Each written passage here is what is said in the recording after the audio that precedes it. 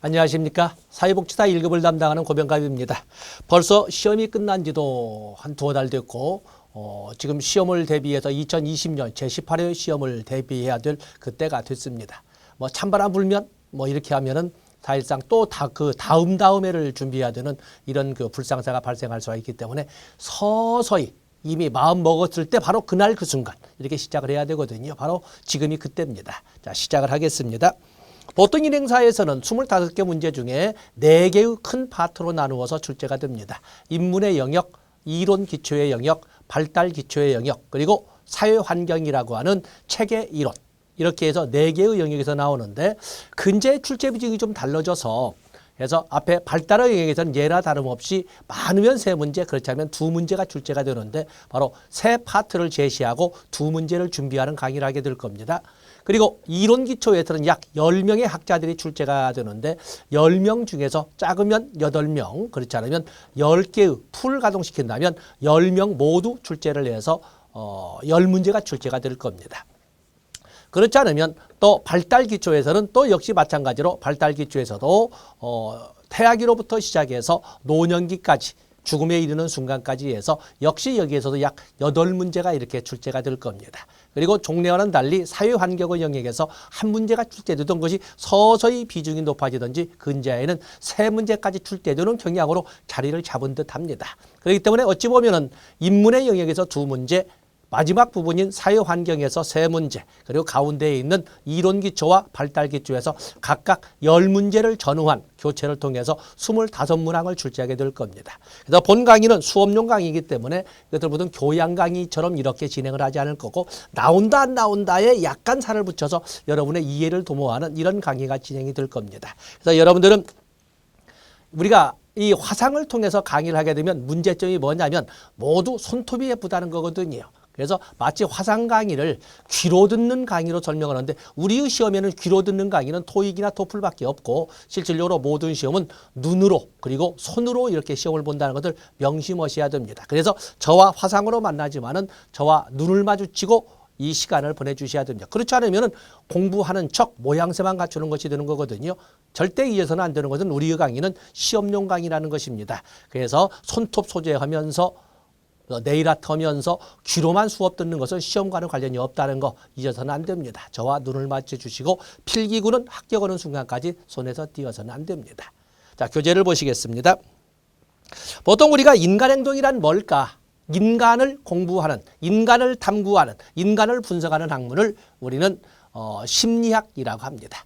바로 심리, 한자로 할 때 어원적으로 본다면 마음을 다루는 학문. 또는 사이콜로지, 영어로 이 서구적인 용어로 본다고 하더라도 역시 정신세계나 영혼세계를 탐구하는 이런 학문을 심리학이라고 하고 바로 인간을 이해하는 학문이라고 합니다. 결국에 동서양을 막론하고 인간을 이해한다는 것은 인간의 심리적 영역, 바로 인간 내면 세계를 파악해야 인간을 이해했다고 할 수 있다. 이렇게 표현하고 있는 거거든요.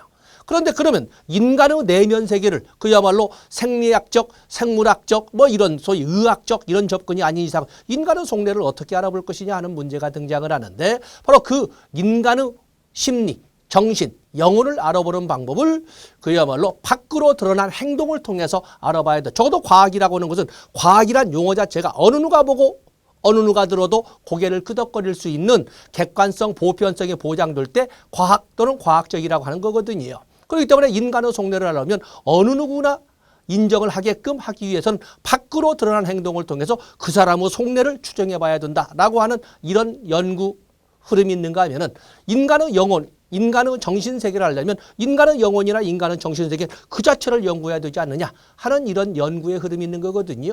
전자를 우리는 행동주의 계열이라고 하는 것이고 후자의 계열을 우리는 정신분석이나 인지 영역의 계열이라고 이렇게 표현하고 있는 것입니다.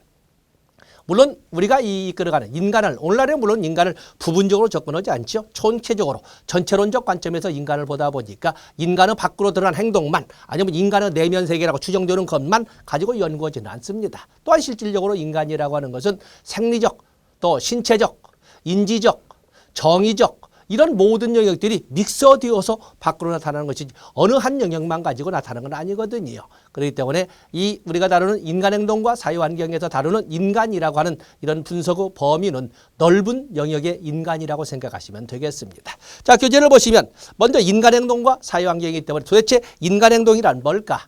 좁은 의미로서는 행동주의 계리에서 바라보는 것처럼 인간행동이 밖으로 드러나 보이는 행동만을 말하지만은 일반적으로 또 전체론적 관점에서 또 광의의 관점에서 인간행동이라고 하는 것은 밖으로 드러나 보이는 행동뿐만 아니라 인간의 내면에 담고 있는 인지 영역이라든지 신념의 영역이라든지 가치관의 영역이라든지 또는 흥미의 영역이라든지 성격의 영역이라든지 자아 존중감의 영역이라든지 이런 등등의 보이지는 않지만 인간일 것이라고 인간의 영역일 것이라고 바라보는 이런 영역을 모두 포함하는 것이 넓은 의미의 인간 행동이라고 설명하고 있는 것입니다. 그래서 거기 보면은 쭉 예로서 약 8가지를 제가 교재를 제시를 했습니다. 그래서 인간 행동의 넓은 개념에는 밖으로 들어와 보이는 유현적 활동 첫 줄에 있는 그것뿐만 아니라 흥미나 태도나 가치관, 자아 개념, 성격 또는 사회성, 도덕성, 불안, 그 외에도 뭐 자아 존중감 또는 자신감 또는 자존감 뭐 이런 말들을 모두 활용할 수가 있는 것입니다. 그중에 개별적으로 우리가 출제할 수 있는 것이 인간의 속내를 묻혀서 인간의 속내를 품고 밖으로 보여주는 이러한 하나의 내면 세계를 성격이라고 합니다. 보통 우리가 성격이라고 하는 것은 인간이 가지고 있는 일생을 두고 일관성 있게 보여줘. 일생을 두고 일관성 있게 보여주는 개개인의 특성을 성격이라고 하는 거거든요. 때문에 이 성격의 영역에 대해서는 그렇기 때문에 우리가 보통 인간에 대한 연구를 하는 사람들 보면은 주로 19세기, 20세기는 주로 성격을 가지고 연구를 하고 20세기 중반이 넘었으면서 인지적 영역을 가지고 이렇게 그 연구하는 이런 흐름의 변화가 있는 것입니다. 때문에 성격의 연구가 끝났고 그 다음에 인지 영역의 연구가 진행되고 이게 아니라 성격의 연구가 시작되어서 꾸준히 진행되고 있고 또한 인지 영역의 연구가 꾸준히 진행되고 있다는 것을 말씀드릴 수가 있는 겁니다. 그렇기 때문에 우리가 인간 행동의 넓은 개념으로 내면 세계를 볼 적에 출제 비중이 가장 높은 것은 역시 성격의 영역과 인지적 영역이라고 설명할 수가 있는 것입니다. 그래서 여기에는 다른 것은 여러분들은 눈으로 보시고 거기 세분의 용어로 5번에 보시면 성격, 캐릭터리스틱스라고도 하지만 퍼스널리티라고 설명을 했습니다. 그 개념, 일생을 두고 일관성을 보여주는 개개인의 특성으로 이렇게 되어 있지요. 그래서 개개인 일생을 두고 그렇기 때문에 우리 할머니들은 논문을 쓸 줄은 몰랐지만은 인간의 성격이라는 것이 어린 시절에 만들어져서 평생을 두고 겨우 변하지 않는다는 것을 알고 계셨어요. 그래서 어린 시절에 자꾸 이쁘다고 영화나 어린애들을 건들게 되면 성질 베린다. 성질이라는 말을 가지고 성격을 표현하셨는데 성질 베린다. 그래서 프로이드가 말한 것처럼 아니면 아들러가 말한 것처럼 인간의 성격의 기초는 어린 시절에 만들어진다는 것을 우리 할머니들도 진작에 알고 있었던 거였어요. 그리고 나이가 들어서 애들이 잠비틀어지는 사춘기 같은 이런 시기에 그를 고치겠다라고 부모들이 좀 억압적 방법을 쓰게 되면 할머니들은 뭐라고 합니까? 성질이 하루아침에 바뀐다냐라고 표현하면서 사실상 프로이드나 아들러가 말한 것처럼 성격의 불변성, 일생을 두고 일관성 있게 보여주는 이런 개념을 우리의 할머니들의 할머니들은 다 쓰고 계셨거든요. 그래서 동서양을 막론하고 똑같이 그냥 통념화되어 있는 성격이라고 하는 것은 일생을 두고 일관성 있게 보여주는 개개인의 특성이다 라고 이렇게 접근해 주시면 되겠습니다. 세 번의 내용 보시고 다음에 오른쪽에 보시면 거기 발달, 인간행동의 발달이 있습니다. 그러면 인간행동의 발달 좁은 의미로서는 유연적 행동만이지만 이 넓은 의미는 내면적 행동까지 해서 인간행동의 발달이 가장 뭘까? 바로 이제 출제되는 첫 번째 영역의 영순위가 바로 인간 행동의 발달의 개념입니다. 보통 우리가 인문의 영역에서 출제가 되는 것은 인간 행동의 발달 때 발달의 개념, 또 발달의 원리, 그리고 발달 이론의 유용성 이 세 가지에서 출제가 되는데 첫 번째 문제를 다뤄보도록 하겠습니다.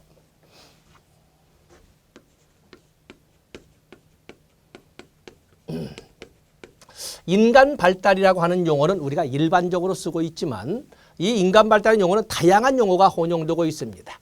첫 번째 성장이란 그로스란 용어도 있고 또 그런가 하면 성숙이라고 하는 매추러티 뭐 이런 용어도 있고 또 그런가 하면 학습이라고 하는 이런 용어도 사용하고 있고 그런가 하면 발달이라고 하는 이런 통념적 가장 넓은 개념의 용어를 사용하기도 합니다.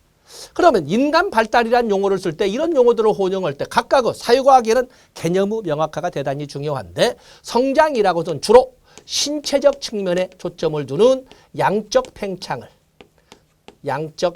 키가 큰다 또는 몸무게가 늘은다 이렇게 표현하는 신체적 측면을 중점으로 바라보는 양적 팽창의 개념을 성장이라고, 성숙이라고 하는 것은 인간이라면 어느 누구나 그야말로 커나가는 발달되어가는 삶의 계획표가 있는데 계획표에 따라서 이루어지는 생리적 또는 생화학적 측면에서 바라보는 질적 변화의 개념. 이제 우리가 말한다면 어른스러워지는 또는 늙어가는 이런 표현으로 할 때는 성숙이라고 하는 것입니다. 그 때문에 인간이라고 하는 것은 밖으로 보이는 신체적 측면만 있는 것이 아니라 머릿속에 있는 인지적 영역도 있고 가슴속에 담고 있는 정의적 영역도 있는 거거든요. 그 때문에 신체적 측면, 인지적 측면, 정의적 측면이 다 있는데 이러한 측면에서 어린 시절에는 자기만 바라보던 애가 제법 주변 사람도 배려하고 먹던 것을 나눠주기도 하고 배려, 가슴속의 정의적 영역이 어른스러워져 가거든요. 생각도 깊어지고 단편적인 것만 생각하던 애가 어느 순간에 주변 여건도 생각하면서 생각도 깊어지면서 이렇게 또 신체적 측면에서 어떤 호르몬의 분비에 의해서 어른스러워 뼈대가 굵어지고 가슴이 넓어지고 뭐 이런 것이 나오는 거거든요. 이러한 생리적 생화적 측면의 질적 변화는 성숙이라고 하는 것입니다. 그에 비해서 학습이라고 하는 것은 연습이나 훈련의 결과로 나타나는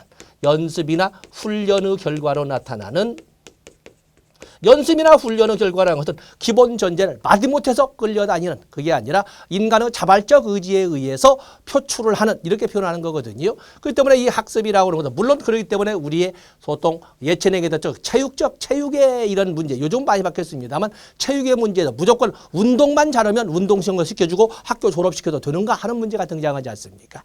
그래서 미국에서 하는 것처럼 운동을 하려고 한다면 적어도 먼저 인지적 측면에서 어느 정도 수준이 되어야 운동도 시키는 것이지 운동을 잘하면 그거 수업 시간 빼고 이렇게 시키지는 않습니다. 요즘은 많이 바뀌어져 가고 있습니다만 이렇게 해서 이거는 자발적 이런 발로로서 나타나는 연습이나 훈련의 결과로 나타나는 비교적 영속적 변화를 학습이라고 합니다. 그에 비해서 가장 넓은 개념의 발달이라는 것은 일생을 두고 나타나는 일생에 걸친 변화의 총체를 이렇게 우리는 발달이라고 설명하고 있는 것입니다. 그래서 이 발달의 일생에 걸친 발달의 총체, 여기는 당연히 우리가 일반적으로 어른들이 생각한 것처럼 나이가 들어가니까 늙어간다라고 하는 하강적 변화가 있죠. 하강적 변화도 있지만 그러나 하강적 변화만 있는 것이 아니라 상승적 변화도 있다는 것입니다. 상승적 변화. 물론 하강적 변화로는 엔트로피가 마이너스적 측면이 등장하게 되지만 상승적 변화도 있습니다. 하강적 변화로 가장 먼저 나타나는 것은 물론 피부나 골격근이나 같은 이런 신체적 측면의 하강적 변화가 나타나지만 그러나 인간에게는 바로 늙어가면 늙어간다고 어른들이 표현했던 그 개월 동안에 세월이 흐르면 흐를수록 갖게 되는 지식의 양, 지식의 질, 또 가슴에 담게 되는 소위 배려의 넉넉함 이런 것들이 커다 보면 설사 이것이 엔트로피가 진행된다 해도 이것이 네겐트로피가 되다 보니까 결국에 일생에 걸친 발달은 결국에 죽을 때까지 커간다라고 설명하고 있는 것입니다. 그래서 신체적 변화를 중심으로 하는 하강적 변화가 설사 있다는 것을 부정할 수 없다 하더라도 인지적 측면의 발달과 정서적 측면의 발달을 같이 비켜서 상쇄시키고 나면 인간은 죽을 때까지 커간다. 그렇기 때문에 나이가 먹었다고 고만이란 단어를 해서는 안 된다는 것입니다. 나이가 먹었다고 고만할 수밖에 없는 상황을 이제는 어렸을 적에는 부모님들이 우리를 그렇게 밀어주었다면 이제는 나이가 들어가는 자녀들이 바로 부모님들을 나이가 들었어도 뭔가 할 수 있는 발달이 될 수 있는 이런 이 길을 열어드려야 되는 것이 바로 우리의 역할일 거예요. 나이가 들어서도 나이가 먹어가면서도 뭔가를 하고 싶은 인간들에게 할 수 없다면 바로 우리 같은 사회복지사가 나타나서 등장을 해서 그들이 할 수 있는 길을 열어주어야 하는 거거든요. 바로 그걸 배우게 될 겁니다. 그래서 인간 발달에서 개념, 여기는 보통 우리가 우리의 구어처럼 하면 커간다 이렇게 말하죠. 누구나 성장하고 누구나 성숙이 되어가지 않습니까? 개인차는 있겠지만 그에 비해서 여기는 그야말로 연습이나 훈련, 크려고 한다. 나 본인으로 한다면 크려고 한다. 부모나 선생님의 입장은 키우려고 한다. 키우려고 한다. 이렇게 우리가 구어체로 표현하고 있는 것입니다. 자, 이것이 당연히 중간적 입장, 중용의 도를 뒀으면 좋겠지만 너무 일방적으로 키우려고 한다에 초점을 두면은 애들이 반감을 갖게 되죠. 스스로 크려고 한다라는 마음을 갖게끔 재미있게 이렇게 소위 동기를 유발시키고 강화를 시키는 이런 전략을 또 우리가 이 과정을 통해서 배우게 될 겁니다. 그래서 거기 유사 개념에 하나 한 문제 보시고, 다음에 인간 발달의 원리.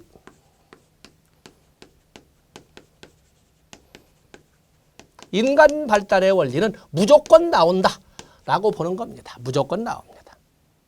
인간이라는 존재성을 가지고 있다면 인간이라면 누구나 상관성을 갖습니다.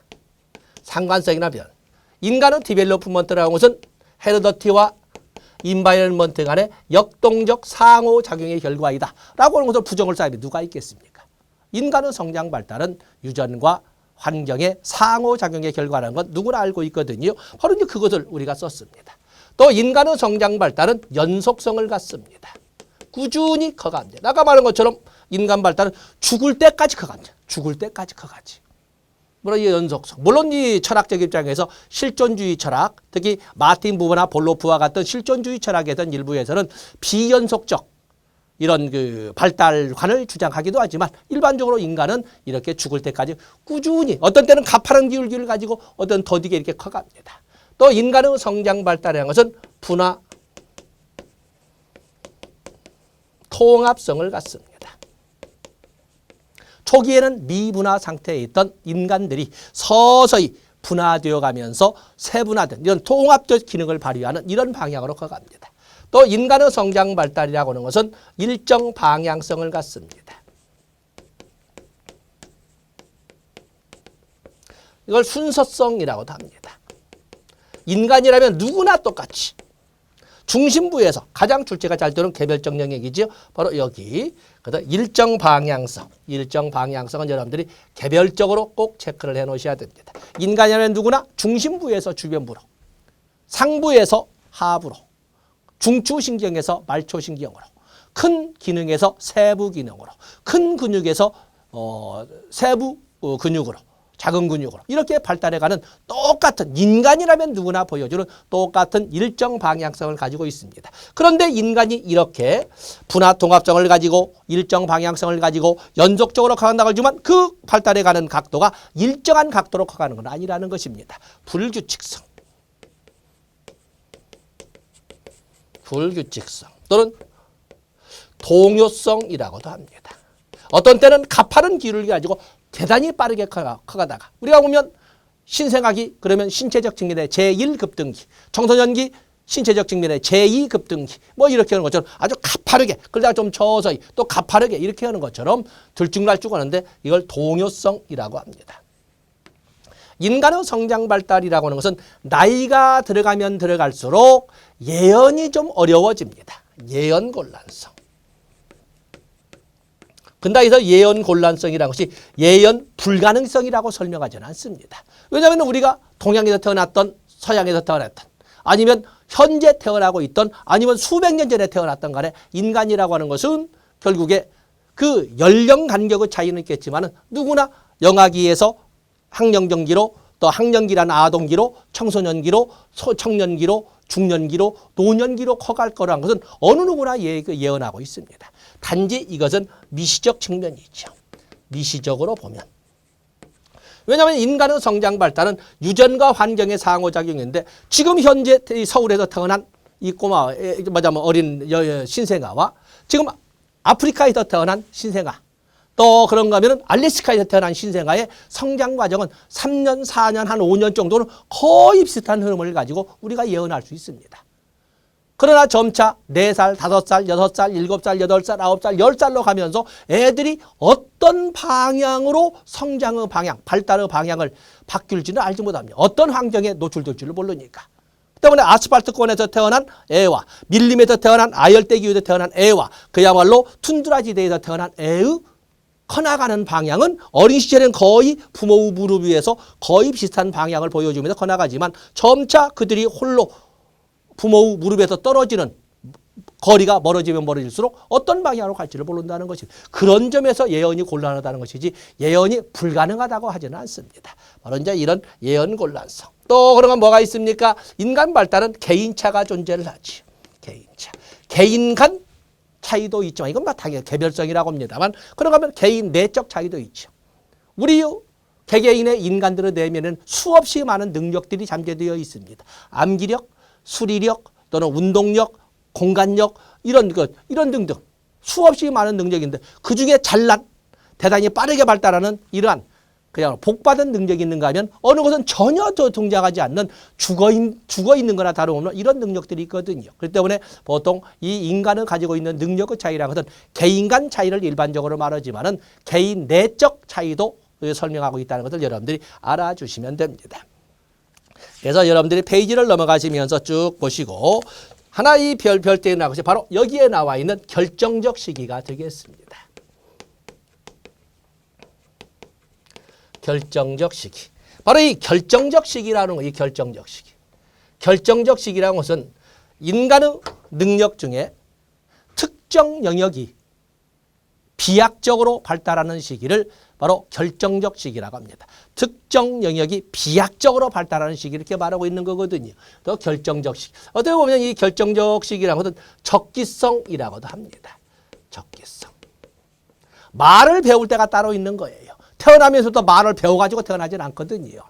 그래서 처음에는 한 음절, 그야말로 무의미한 음절, 소리를 낸다 이런 정도 하던 애가 어느 순간에 엄마, 맘마, 까까, 하부 이런 식으로 두 음절을 하다가 어느 순간에 세 음절, 하부지, 하무니 이런 세 음절을 하다가 그냥 말이 막 발달해 가는 거거든요. 말이 발달하는 그 때가 따로 있다는 것입니다. 우리가 사랑이란 말을 요즘 보편적으로 쓰고 있습니다만은 사랑에 대해서도 이성에 대한 사랑이 싹 트는 시기가 있습니다. 이성에 대한 사랑. 어느 순간에 아무렇지 않게나 뭉치고 놀던 남녀의 그 이성, 또 서로 다른 성의 남녀 애들이 어느 순간에 어색해지고 얼굴이 빨개지고 가슴이 뛰는 이런 시기가 있는 거거든요. 바로 그런 이성에 대한 사랑이 싹 트는 그 시기에 그 사랑을 하도록 되어 있는데 저런 미친놈이 이렇게 하면서 그걸 부정적으로 부모들이 이끈다면 이들은 숨어서 인간이라면 당연히 해야 될 사랑을 숨어서 하게 될 거예요. 이건 부정적 발달을 가져오게 되는 거거든요.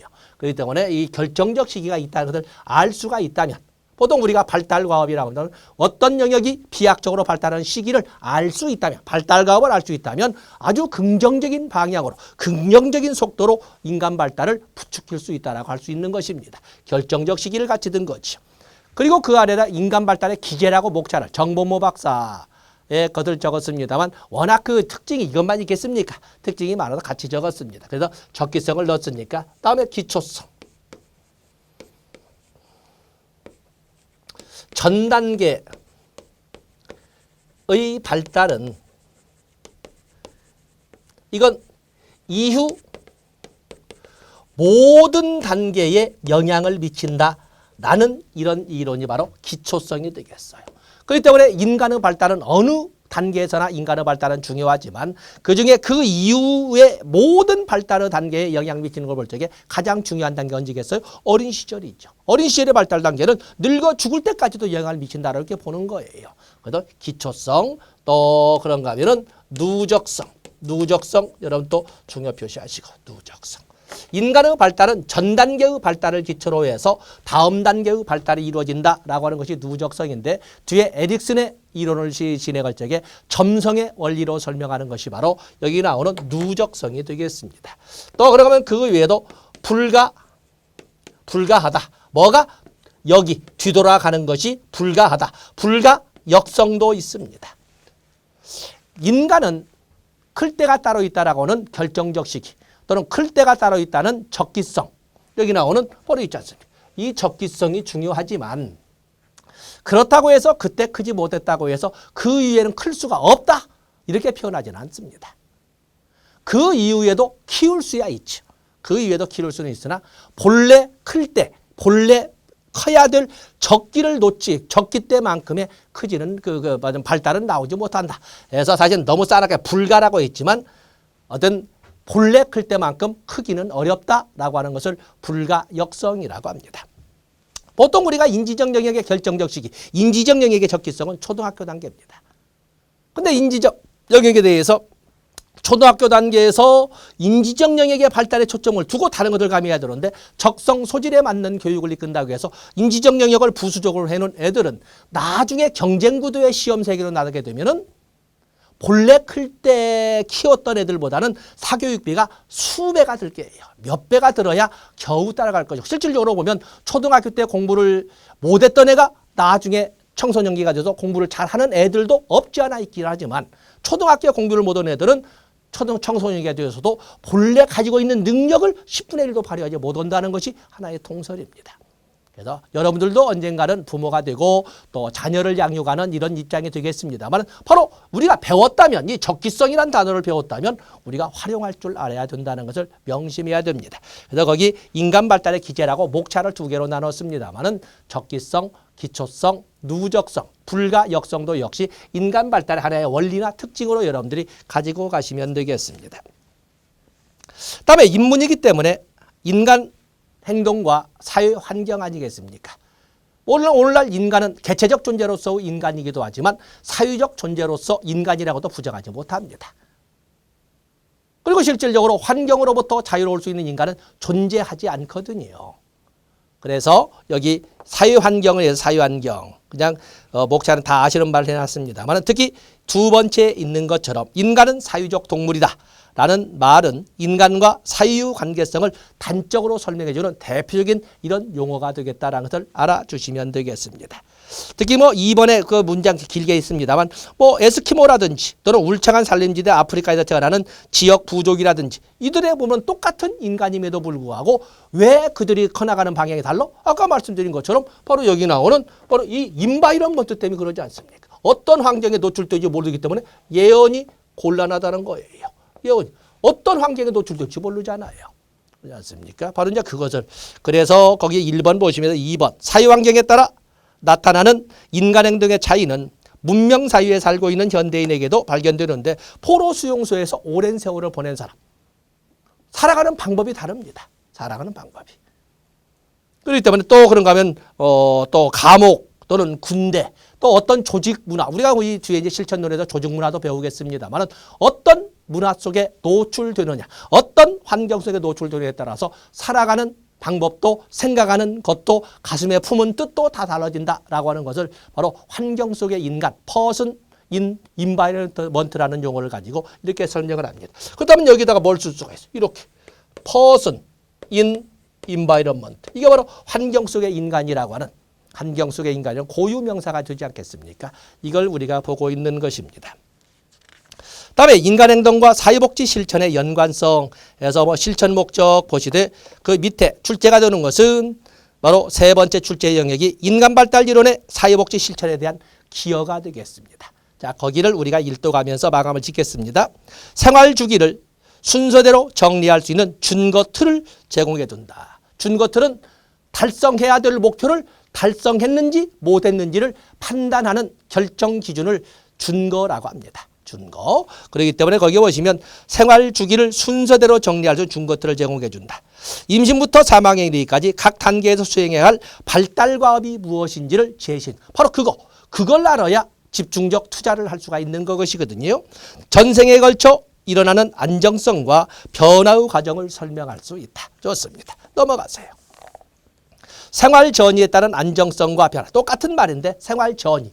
전이란 말은 뭐냐면 거기 전이라고 하는 것은 전 단계의 경험이 다음 단계의 경험에 전 단계의 학습이 다음 단계의 학습에 영향력을 미치는 것을 영향력을 행사하는 것을 전이라고 하는 것입니다. 그래서 물론 우리의 전이의 원칙적 개념이라고 하는 것은 선수학습이 후속학습에 미치는 영향력, 선수 경험이 다음 경험에 미치는 영향력, 또 여기 때문에 전 단계의 발달이 다음 단계에 미치는 영향력을 이렇게 우리가 전이라고 하지만 거꾸로 뒤집어 가기도 합니다. 그런 아주 변이도 있지만 원칙적으로는 바로 전 단계의 발달이 다음 단계에 미치는 영향력을 말합니다. 그거에 따른 안정성과 변화를 파악할 수 있다.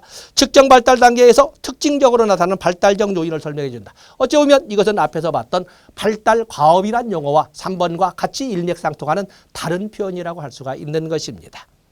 다음에 발달을 구성하는 다양한 신체적, 심리적, 사유적 요인을 파악할 수 있다. 이전 단계의 결과가 다음 생활 단계에 미치는 영향을 파악할 수 있다. 어쩌면 이건 4번과 7번은 같이 우리가 연결을 해서 전이의 개념으로 설명해 볼 수가 있습니다. 다음에 개인적 발달상 차이를 파악할 수 있다. 개인 간 능력의 차이, 개인차. 개인 내적 능력의 차이, 또 개인차. 바로 개인차를 분석해 볼 수가 있다. 라고 이렇게 설명하는 것이 인간 발달 이론의 하나의 유용성이라고 설명할 수가 있는 것입니다. 그래서 우리가 지금 1교시 1영역 인간행동과 사유환경의 첫 번째 출발점인 인문의 영역을 우리가 살펴본 겁니다. 여기에서 지금 3개의 영역 다뤘지요. 그래서 인간 발달의 개념 정리, 그다음에 인간 발달의 원리, 그리고 인간 발달 이론의 유용성 3개 영역 중에 기본 2문제는 나온다라고 여러분들이 준비하시면 되겠습니다.